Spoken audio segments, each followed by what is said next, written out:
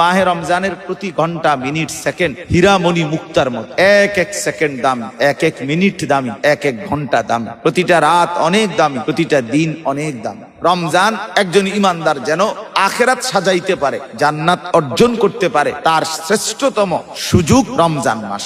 আমাদের প্রিয় নবী সাল্লাল্লাহু আলাইহি ওয়াসাল্লাম বুখারী শরীফের হাদিসের মধ্যে আছে, হযরত আব্দুল্লাহ ইবনে আব্বাস রাদিয়াল্লাহু তাআলা আনহুমা থেকে বর্ণিত, তিনি বলেন রাসূলুল্লাহ সাল্লাল্লাহু আলাইহি ওয়াসাল্লাম রমজান আসলেই যেন ভিন্ন রকম হয়ে যেতেন। কি করতেন? তো তিনি বিশেষ দুইটা কথা বলছেন। মাহে রমজানকে আল্লাহ তাআলা নিজ হাতে যেন ইবাদত দ্বারা আখিরাতের পুঁজি, জান্নাতের সামান দ্বারা যেন আল্লাহ তাআলা নিজ হাতে সাজিয়েছেন। ইফতার, সাহরি, রোজা, তারাবি, এতেকাফ, শবে কদর, এইভাবে আল্লাহ তাআলা রমজান মাসকে সাজিয়েছেন।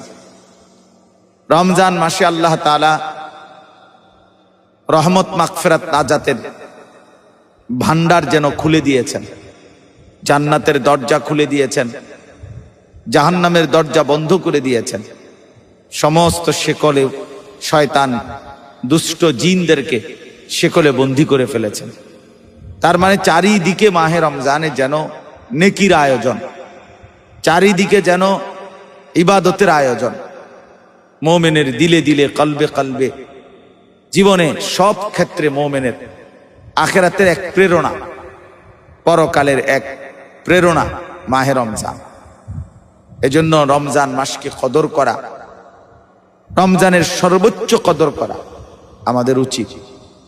আমার শায়েখ আল্লামা মুফতি মুশতাকুন নবী কাসিমি বলেন, হযরত বলেন যে মাহে রমজানের প্রতি ঘন্টা মিনিট সেকেন্ড হীরামণি মুক্তার মতো, এক এক সেকেন্ড দামি, এক এক মিনিট দামি, এক এক ঘন্টা দামি, প্রতিটা রাত অনেক দামি, প্রতিটা দিন অনেক দামি। সাহাবায়ে কেরামের জামানা থেকে সর্বযুগের বুজুর্গ, আল্লাহওয়ালা, ইমানওয়ালা, আমলওয়ালারা, আখিরাতের প্রত্যাশী যারা, জান্নাতের আকাঙ্ক্ষা যাদের, তারা মাহে রমজানকে আলাদাভাবে কদর করতেন। মাহে রমজানের ইবাদতের জন্য, মাহে রমজানের বন্দেগীর জন্য খুব মেহনত করতেন। পুরা রমজান জুড়ে কোরআনুল করিমের তিলাওয়াতের যেন জোয়ার বইত, কোরআনুল করিমের তিলাওয়াতের এক জোয়ার বইত। রাতে দিনে আসলাফ ও আকাবির কোরআনুল করিমের তিলাওয়াতে ডুবে যাইতেন, আল্লাহ তাআলার জিকির ইবাদতের মধ্যে ডুবে থাকতেন। সাথে সাথে রমজানের শেষ দশক নবী সাল্লাল্লাহু আলাইহি ওয়াসাল্লাম, সাহাবায়ে কেরাম এবং সর্বযুগের ইমানদাররা শেষ দশককে আরো বেশি গুরুত্ব দিতেন। শেষ দশকে রাসূলুল্লাহ সাল্লাল্লাহু আলাইহি ওয়াসাল্লামের মোবারক আমল ছিল যে শেষ দশকে তিনি কোমর শক্ত করে বেঁধে নিতেন, শাদ্দা মিজারাহু, এবং রাতভর জেগে থাকতেন, আহিয়া লাইলাহু, এবং পরিবারের স্ত্রী সন্তানদেরকেও ইবাদতের জন্য জাগিয়ে দিতেন। অর্থাৎ শেষ দশক যেন ইবাদতের জন্য, আমলের জন্য, নেকি অর্জনের জন্য অস্থির হয়ে যেত। এই ছিল সব যুগে আমল। এজন্য প্রথম কথা তো আপনাদের সবার কাছে এটা, মাহে রমজানকে কদর করা, মাহে রমজানের সর্বোচ্চ মুনাফা, লাভ, আখিরাতের পুঁজি সংগ্রহের চেষ্টা করা, আর বিশেষ করে শেষ দশক চেষ্টা করা আল্লাহর ঘর মসজিদে রমজানের শেষ দশকের এতেকাফ করা।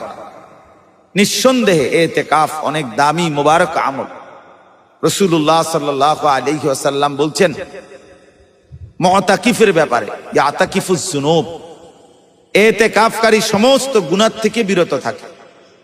ওয়ায়ুজজা লাহু মিনাল হাসানাত কাআমিলিল হাসানাতি কুল্লিহা, এবং বাহিরে থাকলে যত নেক আমল সে করতে পারত, এতেকাফের কারণে করতে পারে নাই, কিন্তু তবুও আল্লাহ তাআলা তাকে সমস্ত বন্দিগি যা করা সুযোগ ছিল সেই সবগুলো বন্দিগির নেক আমলের সওয়াব এতেকাফকারীকে মসজিদে থাকা অবস্থাতেই আল্লাহ তাআলা দান করবেন। তাইলে এটা অনেক বড় ফজিলত, আল্লাহর ঘরের ইতিকাফ করা, শবে কদর তালাশ করা।